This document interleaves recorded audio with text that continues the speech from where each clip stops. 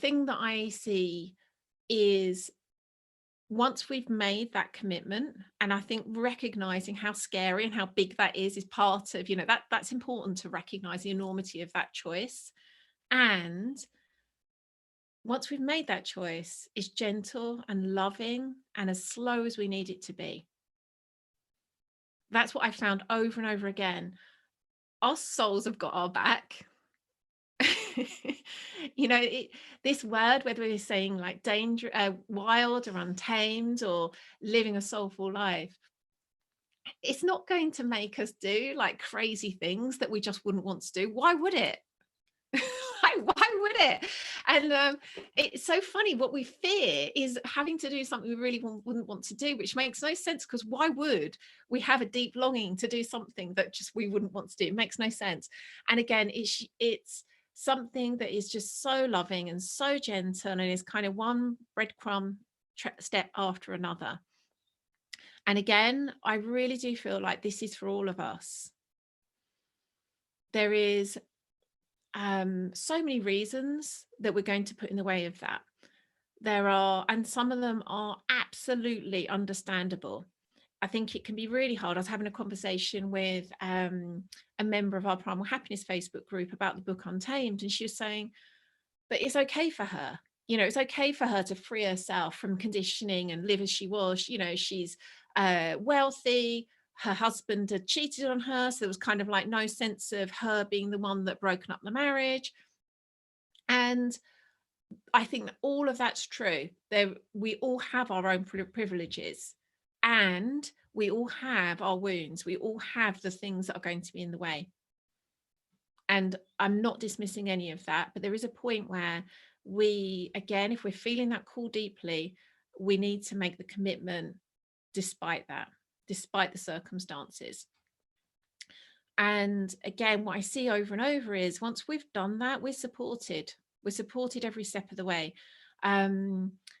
There is something, and I love what you said right at the start here, and you said, like, maybe I'll talk about this. You saying that point where you made the commitment to awaken the more feminine and magic started happening. That's because that is what happens. We make that commitment to ourselves, and life lines up to help us. We will notice that those choices we're making that are from soul, we will get a big fat yes from the world out there too. And it's like, I'm not even going to try and like explain the mechanics behind that, but I see it over and over again to like a mind-blowing extent. Like every single time I lead women through this work, they will say things like you said, like, I can't believe it. This happened. I had this opportunity. I had a conversation with a woman the other day, and she was on this kind of like wobble. Should I go back into coaching? I don't know. Am I good enough? And she hadn't touched her kind of coaching Facebook page in years. And as we were on the call, she had someone like her Facebook page, which hadn't happened in a long time. And then immediately after, she had another one, like just from us having this private conversation. And this just happens all the time. I could give you, like, literally, I could spend the rest of the call giving examples like that, but I just see it over and over. Like, there is real trust needed to take that step. And when we do it, life rushes to support us. It really does. It isn't quite as this lonely, scary path as it might seem. And of course, just as that quote talked about, there is pain for sure. And I think that's because in order to go back and tend those wounds and to take the medicine from them, we need to experience what's there. That's the place where we no longer get the opportunity to put plasters over it, to bypass it, to transcend it. That's the hard part of this path. We need to meet ourselves, wounds and all, but we will get the support to do so. There's a quote here that I want to share from one of my absolute favorites. Anyone who knows me knows that I probably quote her more than anyone. It's Clarissa Pinkola Estes, author of Women Who Run with the Wolves. And this is a really short quote. Wild Woman teaches women when not to act nice about protecting their soulful lives. And that's what I love. And that's why I love that archetype of the wild woman.